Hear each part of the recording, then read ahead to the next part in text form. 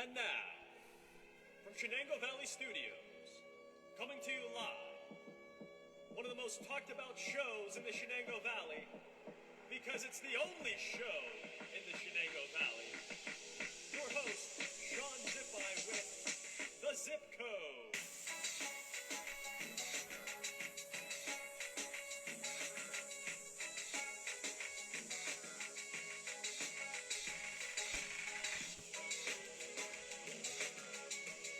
Thank you, ladies and gentlemen.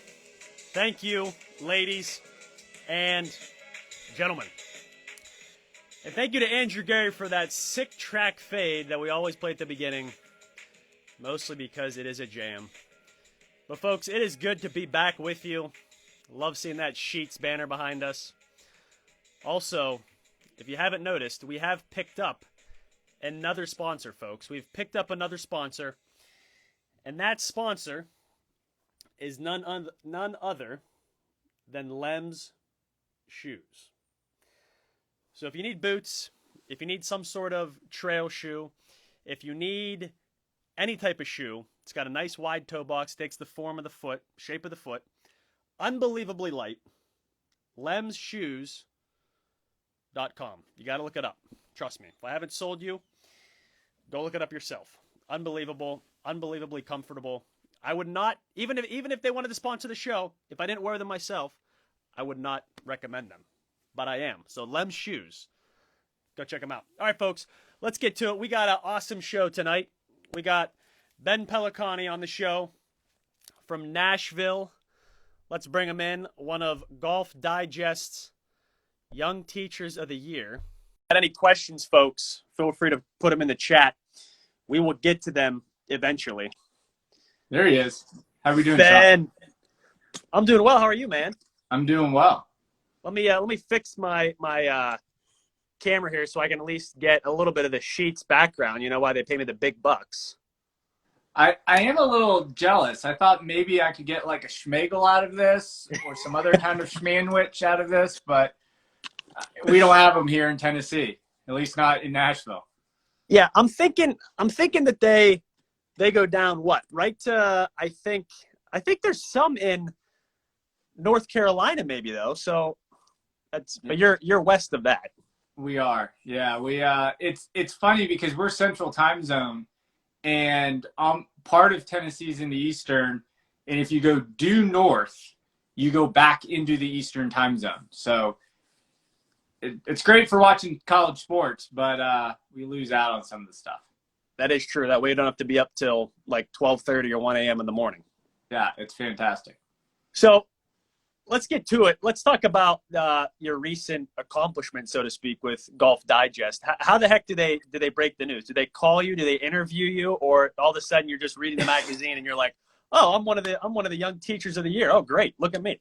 Yeah, I think the first time I think the first award I got from them, it literally was like, oh, wow, I'm in Golf Digest. But yeah, so there's two awards that Golf Digest puts out. They put out Best Young Teachers in America, which I keep telling my wife that means I'm young. And she said I only have a couple more years of being able to do that. That's the old top 40 under 40. They've expanded it out. And then they do Best in State as well. So I've been fortunate enough to be a part of both those lists, I don't know, for about 3 or 4 iterations now. So nice to be a part of that. It's like any award. You kind of have to look through the lens that is who's giving you the award. And, they're in the business of selling magazines. And so if you have, good content that can help them, or you have for a lot of times with the Best Young Teachers, if you do have a social media reach, they kind of encourage that. And so, there's lots of great instructors who don't find their way onto that list. There's sometimes you kind of need to know the right people, but if you're doing the right things and you're trying to actively put yourself out there and you're a good teacher, I think you find your way onto those lists sometimes. And I think, folks, he's being a tad bit humble because I actually found out about Ben in the beginning of the summer, last summer. And so in order to have a following, Ben, you do have to be a great teacher. So, I mean, you have a little bit of a following for a reason. Let me tell you that. Yeah, it's funny how Instagram came to be. I never thought it'd kind of take off the way it did. I About 2.5 years ago, I kind of told my wife, I said, a lot of my college kids, I was a college coach for 5 years while I was teaching, and I was like, I think I'm going to get on Instagram. And I'd been on Twitter a little bit, and so I get on Instagram, and I had no idea what I was doing, and I got lucky a few times. I had a few players play well at the right time, and I have some good friends who had already kind of dove into that whole Instagram world a little bit. And so George Bryan and Zach Radford helped me out a lot early on to kind of figure this all out, and got lucky with a player locally. His first tour start was at a Corn Ferry Tour event here in town, and the lady who was running their social media kind of asked me to kind of help out a little bit to get some footage for them. And so I got a little publicity early on, and kind of one thing led to another, and I always joke I post the same 6 pictures over and over again, and everyone keeps liking them. So I'm just going to keep doing that. There you go. Is that player still on the Corn Ferry Tour? He is, yeah. Dawson Armstrong. This is his second year, technically first, depending on how you want to call this mega year they're calling it. But yeah, I think he's 64th on the money list right now. Got his tour card last, or 19. He was 7th on the Canadian Tour. Got him into the final stage of Q School, and then he came in 7th or 14th or something like that at Q School, and then got him in enough starts early on in 20 for him to get his card, and he's kept it ever since. So it's kind of fun being a part of his journey. And I was with him as early as a freshman in college. So when I joined Lipscomb University, he was coming in as an incoming freshman. And so we have a long history together, and it's been kind of fun to watch his journey. And so for those viewers that don't know, I mean, can you explain exactly how a player goes from Q School, so to speak, to playing on an actual PGA tournament? Yeah, so they keep changing everything, and obviously COVID threw a wrinkle into all this. But a typical year now, there's kind of 2 avenues to get your way up and move up the ranking. So there's the equivalent of AAA, which we call the Corn Ferry Tour now, which might be one of the worst names it's ever held. I still don't like calling it that. But the Corn Ferry Tour is basically the AAA. And if you're the top 25 in the money list at the year's end, or you're in the top 75 and you make what's called, we used to call it Web Finals. I guess we call it Corn Ferry Tour Finals now. But there's 3 events at the end of the year where the top 75 players from the Corn Ferry Tour and the bottom 75 from the PGA Tour play 3 events. And if you're in the top 25 in those 3 events, by a money list kind of way of just those 3 solo events, you get your PGA Tour card. So it's a little bit harder now to just make a jump. We're all kind of interested to see how this PGA Tour U comes out. They're going to reward some seniors coming out of college, which I think is great. But they're going to guarantee them some starts, which is really, really important. That's the hardest part is just finding a way to get starts. And then there's 3 equivalent to AA tours. There's PGA Tour Latin America. It's called the Mackenzie Tour, but everyone calls it the Canadian Tour, and then PGA Tour China. So if you come in a certain part in those money lists, you work your way back up to the Corn Ferry Tour, and then from there you can work your way up to the big boys, to the big show. Folks, we're with Ben Pellicani from Nashville, Tennessee, or I should say he resides in Nashville, Tennessee, originally from Maine, correct? Yeah, I was born in Maine. My wife likes to say I didn't live there long enough to call myself a Mainer, but it is pretty funny. Maine's so small town.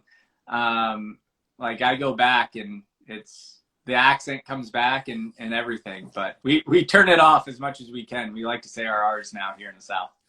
There you go. So folks, if you have any questions at all, any comments, feel free to type them in the chat. We'll try to get to them as best we can. So where's Corn Ferry from? I don't even know what that name is. I mean, I know the tour, obviously, but what is that? Yeah, so I think that's the funny part, right? Like, if you look at the evolution of the Corn Ferry Tour, and I don't actually know the actual numbers on this, but they had to give, so like if you're a title sponsor for a PGA Tour event, it's about $3 million. So when you see it say like the AT&T or the Genesis, and there's a title name on a PGA Tour event, that's typically $3 million that company is paid to be a title sponsor. So on the Corn Ferry Tour, it is $500,000 puts your name on the event, and another $500,000 if you want it televised. So if you want a televised Corn Ferry Tour event, it's $1 million. So I was trying to figure out, like, what does it cost to be the name sponsor, right? It's probably like $15 million, which I know is a stupid amount of money. But I'm shocked that there was no club company, no, like, Corn Ferry was the best company we could get for $15 million. Like, it's hard to say. So I believe, and if you work for Corn Ferry, please let us know. But I believe they're like a West Coast, like job placement company. Is the best I've gotten out of them. I think they do some professional development stuff as well. We're 2 years into apparently a 10-year contract, and we all still don't know what they do. So, yeah, and it's bad. There's no good initials. Like, even when web.com had it, right? It was web.com. And it's like, oh, gosh, great, web.com. But you could call it the web, and it was, like, kind of cool. And it's like, oh, okay. Hey, are you playing, where is he playing this week? Oh, he's playing on the web this week. Okay, right? And then we had the buy.com, which that was the second worst name to ever have. And then there was the Nationwide Tour, and someone said they thought they were an investment firm. Maybe. I don't know. Like, honestly, I got no clue. I could be completely wrong. I only had players out there, and I've been out there, and I got no idea who they are. Well, somebody look that up. Type it in the chat. There you go. Like, that's the worst part, right? Is that nobody knows. I think the most publicity that the web.com tour or the not web.com, Corn Ferry is ever getting is right here on the zip code right now with you and I talking about it. I mean, we're breaking big news. This is really, really big news here, east of the Mississippi, when none of us know who the Corn Ferry is. But they paid the money for it, so good for them. Yeah, absolutely. So let's switch gears here a little bit, because I wanted to get your take. I don't know, did you see the recent Tiger Woods documentary at all?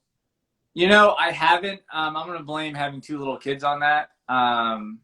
We watch a lot of what are they into now? There's some PJ Masks in there, a little Pinkalicious. I got two little girls. Bluey, for those who don't know, Bluey's pretty humorous. I enjoy it. But they're out of Australia. I don't know what's going on half the time, but it's great. Folks, if you have children at home, you're getting some other entertainment ideas from Ben as well as golf. So you're getting Blue's good. It's good. It's wholesome. There's usually a message. They're quick, which is also cool, because you're like, well, we'll watch one more. It's like 7 minutes. It's like, yes, we're done. There you go. So, I mean, but what I was going to say is I watched the Tiger Woods documentary, and immediately, obviously, Tiger Woods' agent comes out and he's like, none of this can be trusted from these sources, blah, blah, blah. Oh, we did have breaking news. Global organizational consulting firm, Corn Ferry. What does that even mean? Who knows? Who even knows what they consult? Probably just about anything. So, anyways, back to the Tiger Woods documentary. So I'm watching this, and obviously Tiger Woods and his camp can say whatever they want, but where there's smoke, there's fire. I mean, not everybody on this thing is lying. And so I was watching it, and I didn't realize. I always knew that, okay, if you have a father that's your coach, it can be on a multitude of levels, no matter what sport it is. I mean, how pushy they are about you excelling in a certain sport. But I guess I never kind of realized just to the extent. And like I said, this could be 100% accurate. It could be not. But I mean, one of the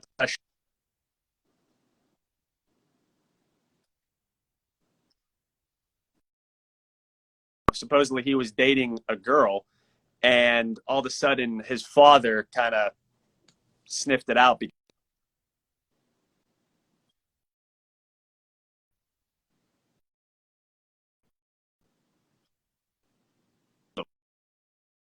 I never realized that it was to that extent. So the reason why I bring that up is because I want to know, and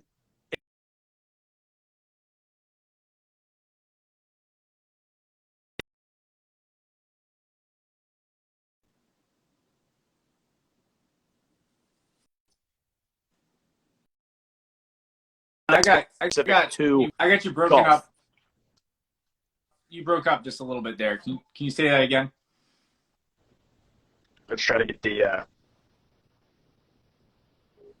right, is that connection a little better? Yeah. Okay, I'll get to the question part, and then we'll see. If not, I have to figure out the Wi-Fi. But do you think golf is very specific in the fact where parents or fathers who just love to play golf are a little bit more pushy in a sense, like they want their child to excel at something that they enjoy watching and that they enjoy playing? Do you think that's golf specific, especially with some of the children that you work with, or do you think it's doesn't really matter what sport it is? I don't think it does. I think that it is well, I'm going to start here. It is very hard to be a parent. I got 2 little girls, and someone's always asked me, what are you going to do when it comes to golf with your girls? And my answer is they will know how to play, but it doesn't mean that they'll play tournament golf. But they'll know how to play because I feel like it's a life skill that's really, really important for them.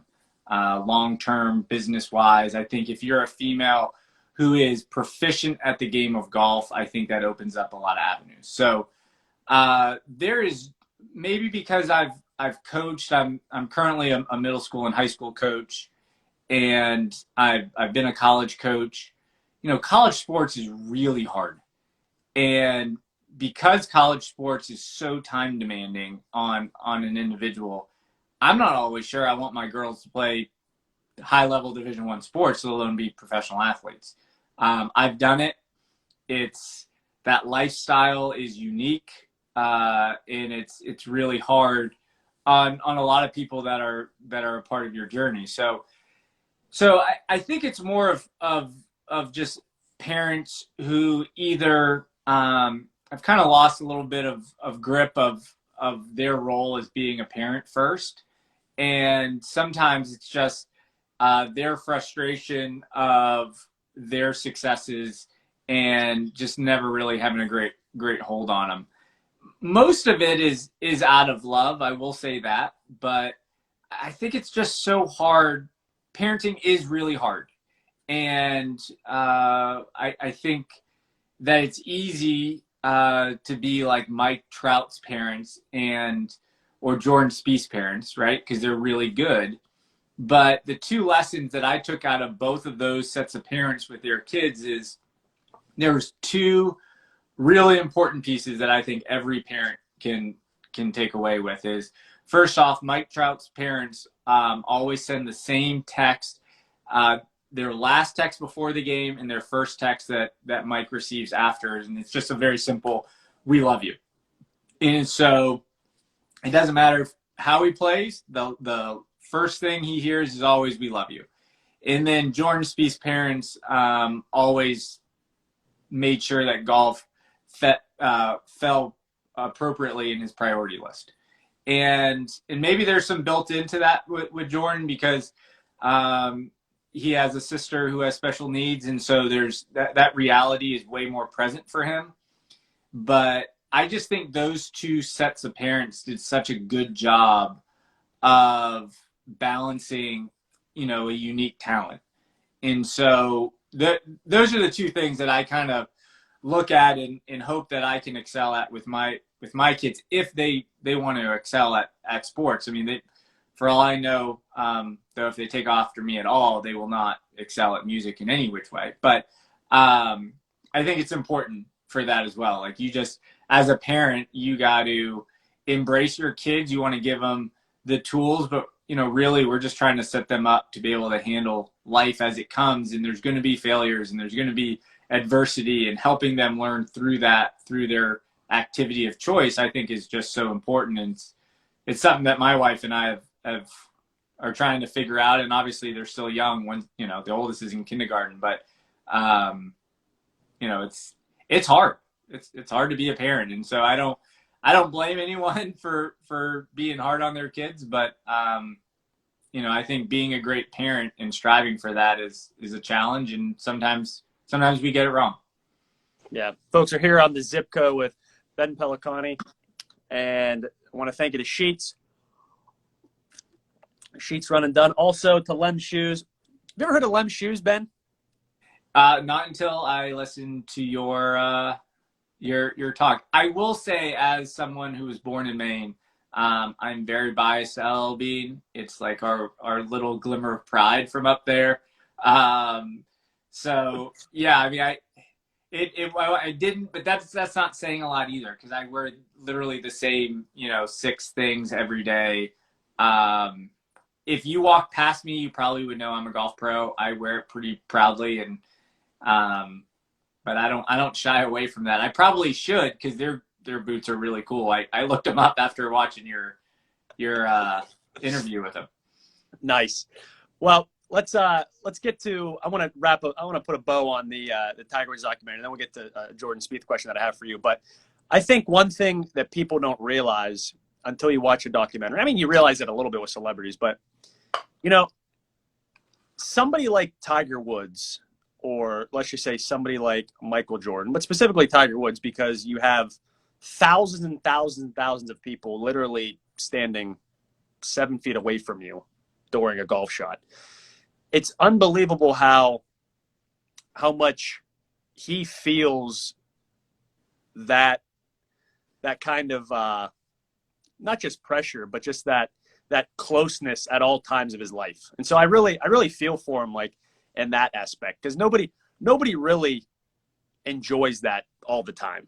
I mean, you can't go anywhere, and it kind of talks about that a little bit in the documentary too. But I think you gotta. I will give him this.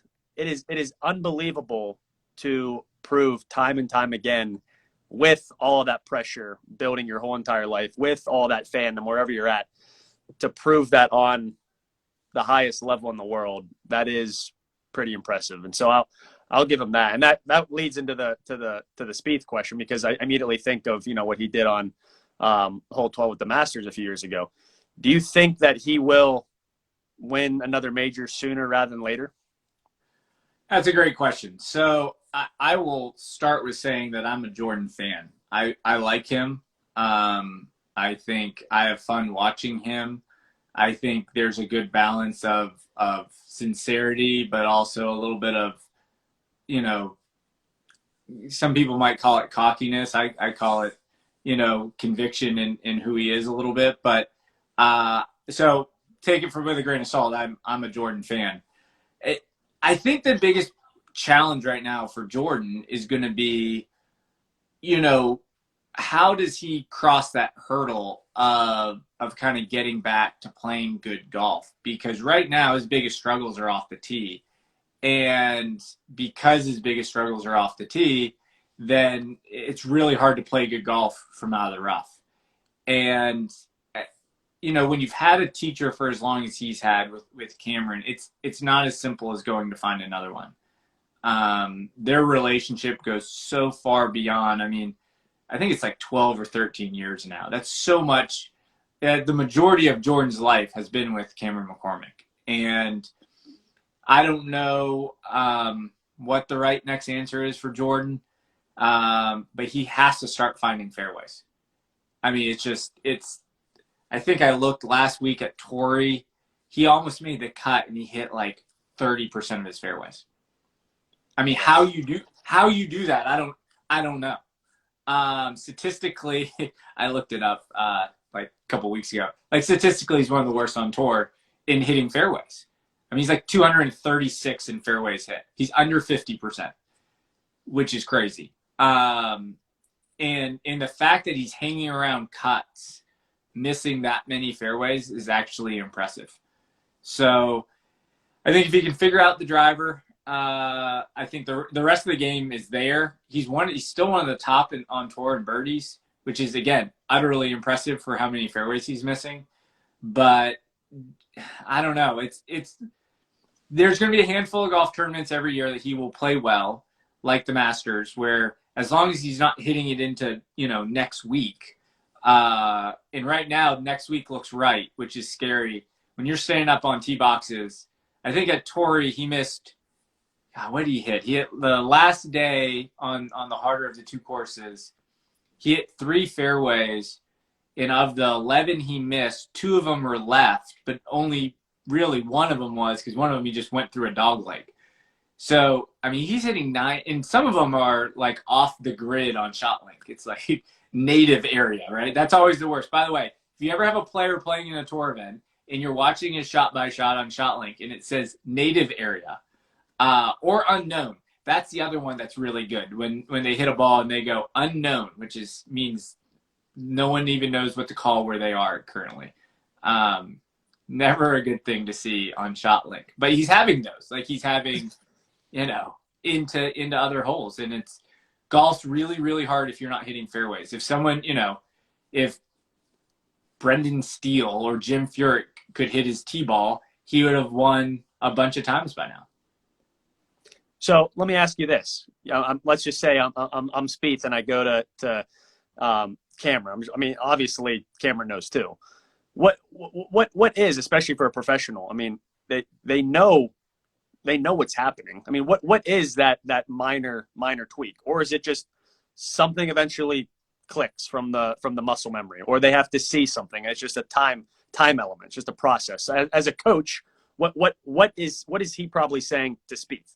Yeah. So, and I think this applies to everybody. So if you are not a golfer listening to this, this is probably going to be a boring 35 seconds. But there's only 3 ways to miss a golf shot. It's either contact, curve, or start direction. That's it. So he's either not hitting it solid, the ball's curving in an undesirable way, or he's not starting on his intended line. And I would say right now, it appears that he's not starting it on his intended line. And so it looks like when he does start it on his intended line, the ball's curving the way it seems like he's always curved the golf ball. Those guys don't hit it that unsolid that often. But I would say that those are the only 3 ways you can miss a golf shot. So if it's a start direction issue, it basically means it's a club face issue. And so, Jordan has a lot of idiosyncrasies about what he does. And that is the challenge when you're not orthodox in what you do, is it's a little bit harder to get it back. And so the reason, mostly early on, Cam had a tough decision early on. And Cameron's one of my friends. I think he's a phenomenal teacher. So this is not a slight on Cameron McCormick at all. But he had a decision early on to say, okay, what are the pieces I'm willing to live with? And what are the pieces that we're just going to work around and be okay? Or what are the pieces we're going to change? And people forget, Jordan Spieth won 2 U.S. juniors over a 3-year span. That's very hard. He won a U.S. junior at a very young age. I mean, he was still, I think, a junior in high school, and he's winning the U.S. junior. That's unbelievable. And then obviously had the one really good year. His team won the NCAA championship as a freshman, and then he won his first year out on tour. And so when you're that young and you don't do things in a super orthodox way and you get off, you're going to have to find your way back in a little bit more of a guess and test way, because you're trying to figure that out. Now, there's no one who knows his golf swing better than Cameron McCormick. And I know that they're working really hard to kind of figure it out. And I know there was a big, Instagram and Twitter went abuzz when they said they saw Butch Harmon look at him. But that's not uncommon either. I talk about Dawson being on the Korn Ferry Tour. We've been together for 7 years. And every once in a while he'll call me and says, hey, I think I want to get another set of eyes just to see what they see. Because we've looked at, you've looked at this for so much. A fresh set of eyes is sometimes worth it. So it will be interesting. He grips it a little bit different. We all know that left arm works through the golf ball a little bit different. So, that when the miss is right, that's a scary thing. You're sitting on tee boxes. You just don't know how to get that back sometimes. And hopefully it does come back because he's fun and good for our sport. I mean, I remember using his last name as a verb. When he would go Spiething on people, it was fun to watch. So I think you bring up a good point about coaching, and I want to touch on that. We do have a few more questions that popped up, which is great. But let's get to this. You know, what percentage? Actually, let's ask it this way: Do you change as a pure athlete's actual motion right away, or do you kind of pick and choose, just like Cameron would with Spieth? Like, okay, this guy's a pure athlete. He's got a nice swing. Let's just tweak these things. Or do you go into it thinking, you know what? These are fundamentals that they need to learn, and this is what we're going to stick to from age 6. What is your take on that? Yeah, so that's actually a much more loaded question than you would believe it is. So working with a tour player, working with a good college player, working with a junior golfer, working with a beginner junior golfer is a bunch of different things. So I recently have had the opportunity to work with a couple kids who are about to turn pro just recently. I've just picked them up as students 3 months ago, and they were already All-Americans. So I will tell you right now, there's nothing. They're good players before me. They're going to be good players after me. And when you work with a tour player or with someone like that who's about to graduate already All-American, your questions are really, really different. So they see the golf ball come out in certain windows, and they want to see the ball come out in certain windows. So you work there first, and then you have to figure out what in their golf swing is keeping them from doing those things. And again, it's contact curve, start direction problem. It's no different than anybody else. When you're working with a junior golfer, I don't want to say they don't know yet, but they don't know yet. So you're helping them discover what their window of what they want to see out. Now, if you're working with like kind of a new 8th grader, I'm going to tell him what window he's going to hit it out of, because he doesn't see a ball come out at all, right? So it really depends on who you're working with. But there are some things that I'm convicted about. I joke a little bit that somehow nowadays, if we're convicted about our beliefs, it's a bad thing. But I'm pretty convicted about what I believe. I still think this is a game about predictable starts with predictable curves that go a predictable distance. And there's some things that are non-negotiables for me that I think lead us to that kind of mantra that I try to instill in my players. And then from there, there's some negotiables, and I'm willing to talk through and let them self-discover. But if you have a tour player, it's way different than working with even someone who picked up the game a little bit later. If you have a 10 handicap, I don't want to say they're not good enough to have an opinion, but to some degree, like what they're doing right now, I always love the comment when someone goes, well, just swing your swing. Well, if you're a tour player, that's great. But if you can't break 90, I wouldn't swing your swing. You can't break 90, right? So yeah, it's just all relative. But yeah, I mean, there's definitely a picture in my mind that I try to get my students to move to, but it doesn't mean they have to get there. And the more you get to know a player, the more you know what's just kind of them, and that you're going to have to work around a couple things. And then obviously as people get older or whatever, their bodies change, and you got to work around certain things there. But yeah, I mean, at the end of the day, it's kind of an if then kind of problem. If you have a club face issue and the face is wide open at the top and you miss a lot of balls to the right, I'm not going to let you have the club face wide open at the top, right? We're fixing that. It's not complicated. So, again, it's great when they come with a bunch of tools, but some of the most athletic people I've ever seen struggle at the game of golf. And I think it's just because there's just not a lot of games that are non-reactionary like golf. It's very similar to being a baseball pitcher or shooting a free throw in basketball. It's non-reactionary, right? How do you have guys who can shoot 40% from beyond the arc with a hand in the face at live game speed and then shoot 75% from the free throw line? Like, that makes no sense, right? So it's reactionary versus non-reactionary type sports. So yeah, I mean, if someone, you want to leverage what people do naturally, but at the same point, if Jordan Spieth walked in my hitting bay, the first question I'm asking is, what do you want the ball to do? And then why do you think it doesn't do that? And they're pretty good at knowing those things. Most 10 handicaps, definitely no 12-year-old who's just picking up the game, they can't answer those questions yet. So yeah, there's definitely a model in my mind, and there's definitely a system to what we do. But systems work. Systems work in everything we do. They work in other sports. But I'll tell you this right now, talent trumps all. And so, when talent meets a solid system, then people rise, and their achievements get really high. And so that's kind of my role with a lot of my players is I just provide them the opportunity, and then they kind of, how hard they want to work is kind of up to how high, how they can get to that ceiling. And, it's kind of an interesting conversation to have is our role as a teacher to raise a player's ceiling or to get them to play at their ceiling. And I think if you watch on the PGA Tour, there's two different types of coaches. And there's coaches out there that will move people and say, look, I think I'm raising your ceiling. And then there's other people out there like a Butch Harmon.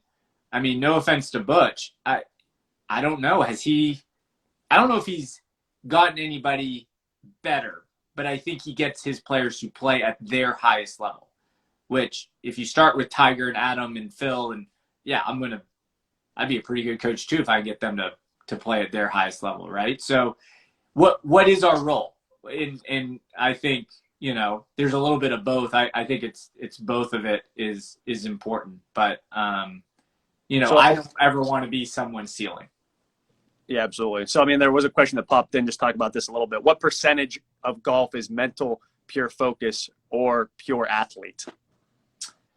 So I think that is a little bit, you're now kind of talking more about what kind of person do you have, right? Different people are going to react to different types of things. But, I'm going to field this question this way.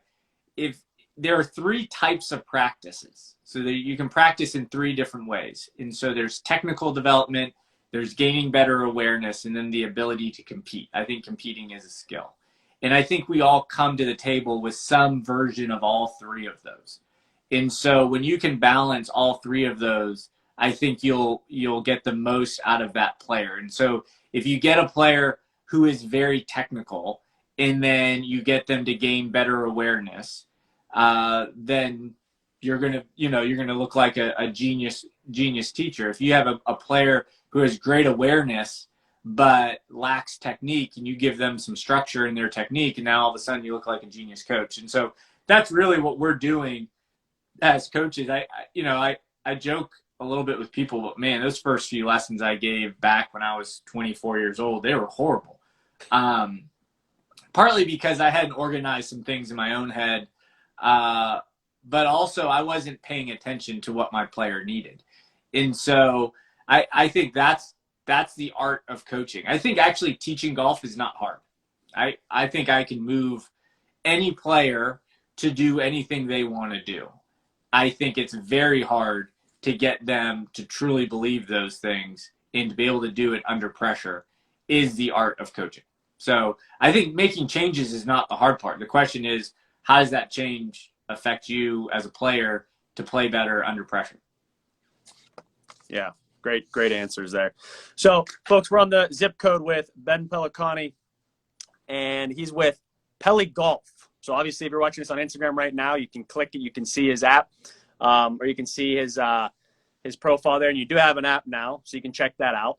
And also, folks, I mean, you can see him in Nashville, Tennessee. You can take lessons from him, or there's also a lot of virtual stuff that Ben will do. So get in touch with them. I actually have had a personal lesson from Ben last summer. And Ben, I know I told you this after the lesson because I was going to continue to get lessons, but I subluxed my shoulder hitting a driver. It popped out and popped back in literally like 2 weeks after you gave me a lesson. I'm gonna blame that on someone else. I don't know how to take that one. No, it's not. That's not you. I've had it subluxed like 10 years ago. It wasn't you at all.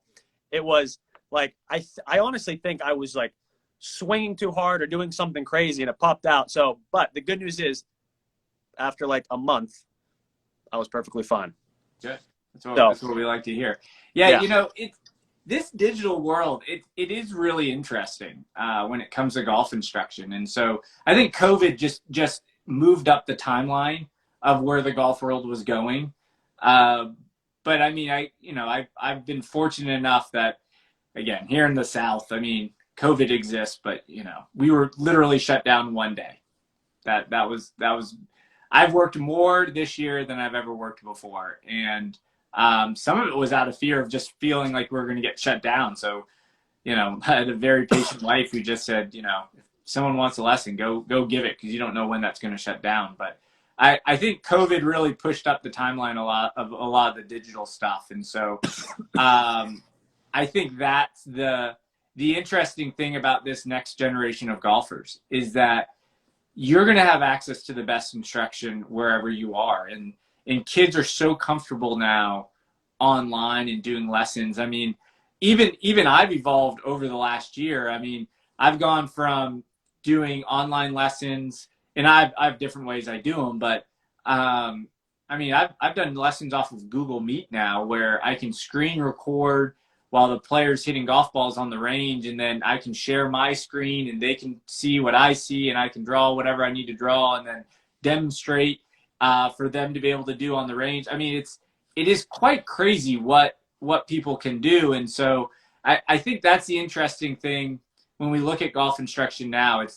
It used to be you just took it from your, the assistant pro at your club, or if you're fortunate enough to live in an area with a really good instructor. But nowadays, you have access to everybody. And so I think the level of instruction is going to have to be, I think we are all kind of weeding ourselves out. Like, if you're good, you're going to be busy. And if you're not, I think people can call you out a lot faster. So it's a little scary at the same time, because you get tested a lot more. Yeah, absolutely. So before we switch subjects here, can you just tell us some of the rates online versus in person, et cetera? Yeah, so if you're an app subscriber, you get $15 off every lesson in person. But for juniors, I'm $95. For adults, I'm $140. I've always kept my junior rate down because that's kind of where my heart is. I love living life with those kids as they work through, a very hard time in the high school and college years. So we do charge a little less for the juniors, and then online lessons are $100. So it's just kind of what fits best. We have different avenues to do an online lesson. You can do it through the app. You can do it through an online platform we call Coach Now, and then we can do I use Google Meet now. I still call them FaceTime lessons, but we can FaceTime a lesson as well. And again, it's amazing what technology has done. It's broadened who I'm able to have access to.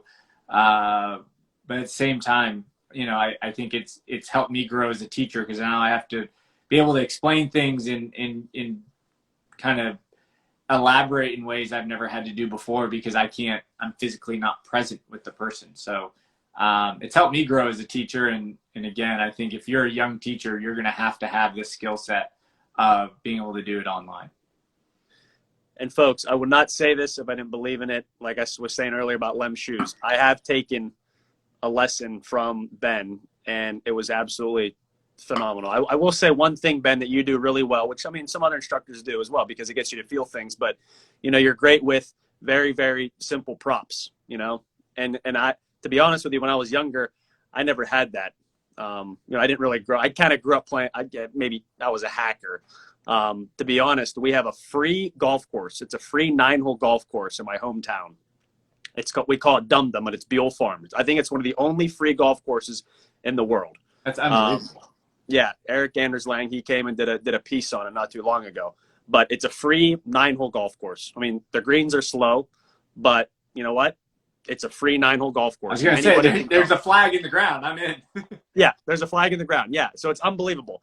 But anyways, it was great having a lesson with you, actually going and buying a few of those snow sticks for 65 cents at Lowe's, and actually getting a cone and feeling things with my takeaway and whatnot. So, folks, if you're looking for a lesson, this guy knows what he's talking about. If you see how many followers and all the videos he has on Instagram, you'll see that for yourself. So, well, and for people who are going, I don't do it every Monday, but most Mondays I do Monday question time. And so we try to give as much as we can there. And, I know training with feedback stations is different for a lot of people, but here's the analogy I like to use. If, again, I'm living in this presence right now. But, you know, I got a kindergartner and a 3.5-year-old. And so when you're teaching kids how to write, you don't just give them a piece of paper and say, okay, write your letters. You trace those letters, right?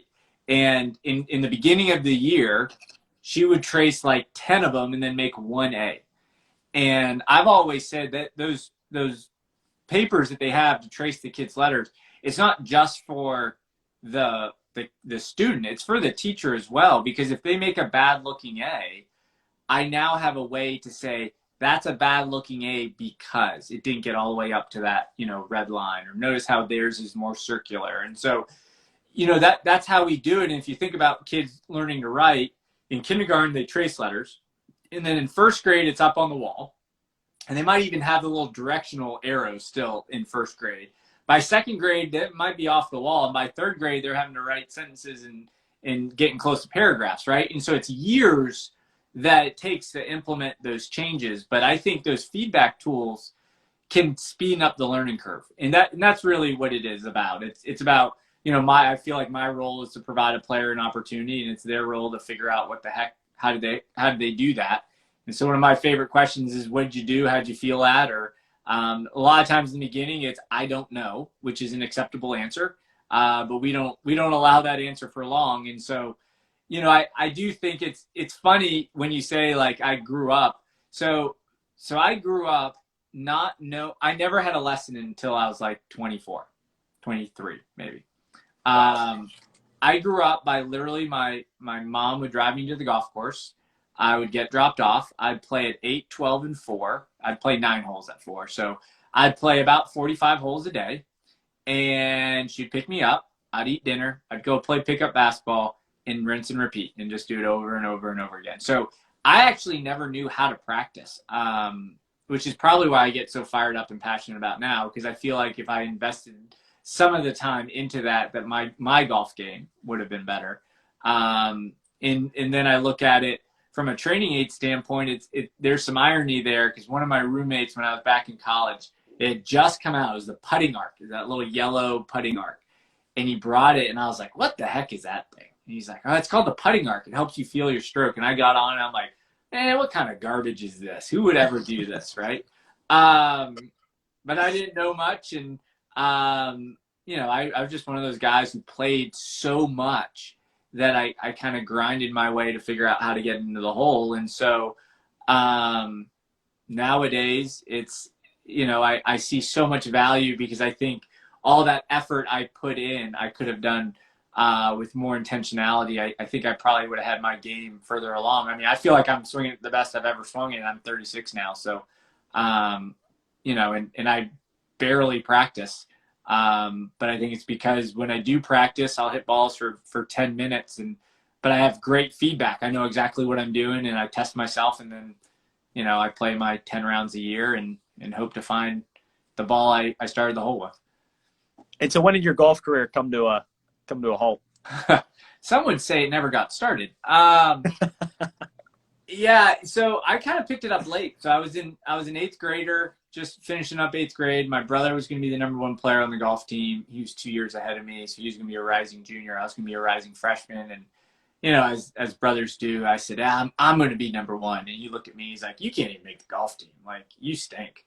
And he was right. I mean, I was at the time, the max handicap was 36. So I couldn't break 100 to start the summer. Got down to a 10 handicap that summer by just playing my tail off, and got to play high school golf, which was great. And then played behind my brother for 2 years, and kind of picked up after he left. I was able to win a couple little junior tour events locally, and junior golf is way different than it is now. And so I was fortunate enough to play golf at Bucknell, but that was my hope and dream, was always to play a Division I sport. But I always had to do it by grinding. And I look back at it and I go, man, I could have done this so much with so much more smarts than I did. Which is probably why I get so fired up and trying to help people, because I don't want them to go down the avenue that I did. Yeah, absolutely. Yeah. Hey, hindsight's 20/20 though, you know? Yeah. I'm really good after the round. Trust me. Yeah. All right, folks, you're on the zip code with Ben Pellicani, and he was named one of the Young Teachers of the Year by Golf Digest. And we're going to get to something which is my favorite part of the show. Ben, we only got about 9 minutes, but this is called the rapid fire round. I'm going to throw about 15 to 20 questions at you. And if you can just give me the first answer that comes to mind, that'll be great TV. Let's put it that way. Let's go. So, all safe questions. So, here we go. Favorite golf course? Pine Valley. Favorite food? Oh, either steak fajitas or just steak. But let's go steak fajitas. Favorite golf food? So at my club, we have something called the birdie wrap. It's chicken, bacon, avocado, and a sriracha ranch in a wrap. So I'm going with Not that. bad. One current bucket list item you have? Play Augusta. Favorite band? Dave Matthews. Favorite season? Fall. One up-and-coming golfer?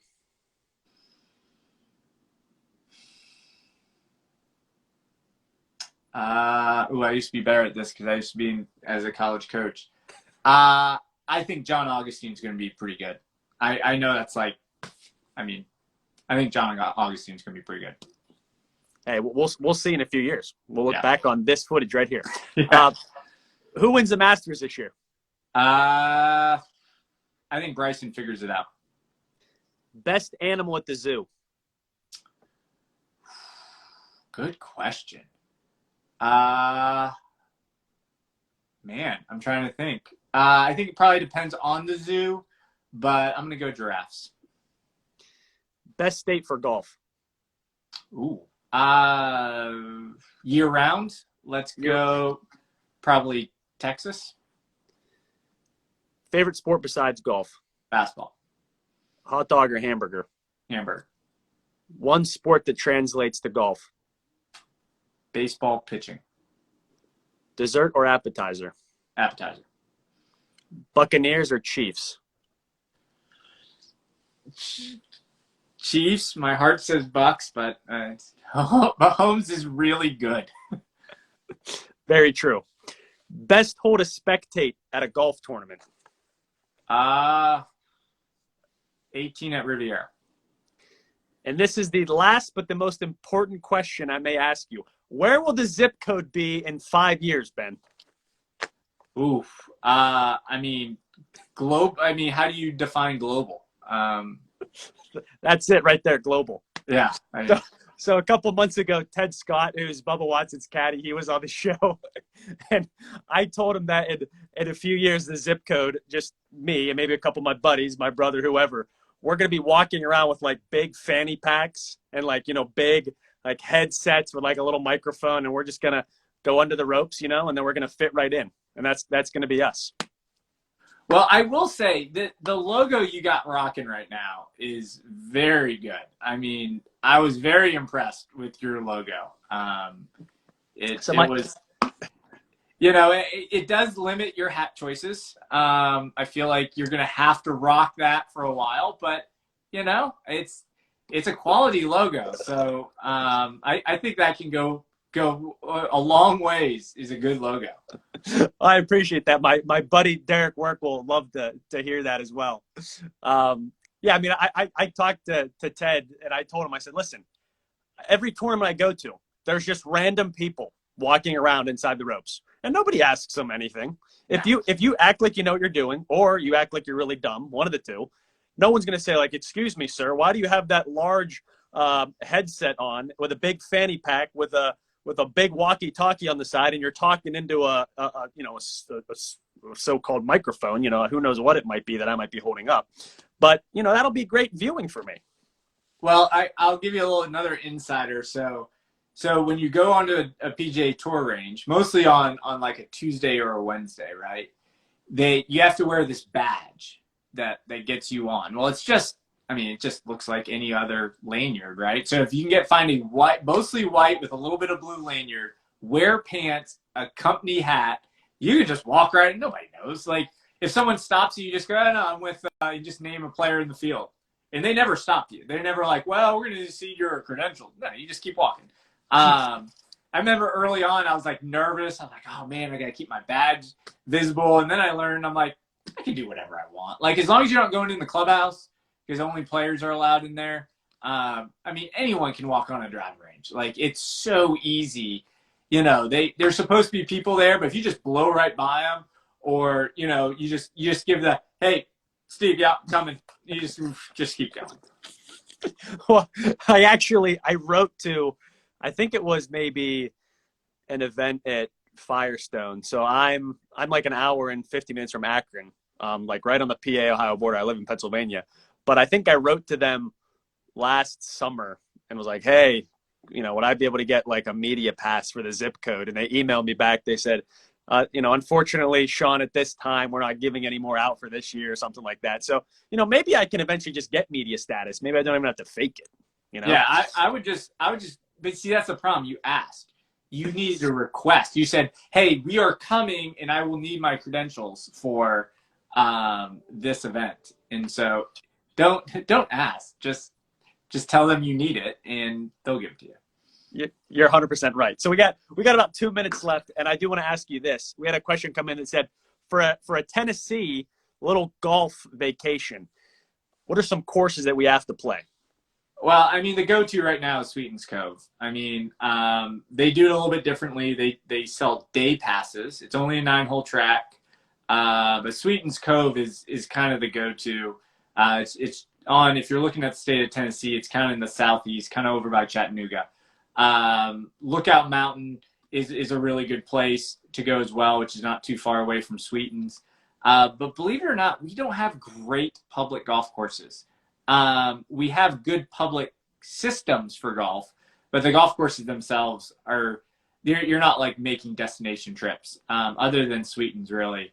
But they're really good. Our Metro golf system, $26 a walk. Come on. It's really good. They do really, really, it's like $10 for juniors. I love what we do for public golf around here, but there's not a lot of destinations other than Sweetens, unless you can get on the private golf courses. Our private golf courses are phenomenal, from the Honors to Spring Creek to the Golf Club of Tennessee. I mean, our private golf courses are pretty good. Well, we'll wrap up with this. I think we're going to have an influx of people flying to Nashville, and they're going to say, hey, I saw Ben on the zip code, you know, is there any way I can get an in to this private golf course? And then they're just going to act like they know what they're doing. And then at the same time, they can get lessons from you. So it will become a destination. There you go. Hey, we're a Southwest city. Come on. There you go. So, hey, Ben, at some point in time, we had a bunch more questions pop into. I'll jot a bunch of these down. Oh, by the way, this is the last question we'll get to. What's your current handicap? Too high. I think they got me at a 1 right now, but I mean, I play so rarely now, I don't even know if I can claim that. Gotcha. Well, that's what happens when you actually have a job doing something that you love. I know. Gets in the way. So, folks, thanks for tuning in to the Zip Code tonight. Ben, at some point in time, I'm going to jot a bunch of these questions out. At some point in time, we'll have to have you back on the show. We'll talk maybe some more technicality of some of the swings. But hey, man, thanks for making some time for the Zip Code, man. And we will at some point see you soon for a lesson. Sounds good. Come on. We'd enjoy having all you guys. All right, folks, thanks for tuning in to the Zip Code. That is Ben Pellicani. We will talk to you soon. Thanks a lot, Ben. Absolutely. Have a great one, guys. Yep. And I love you, Shenango Valley. We'll see you all soon.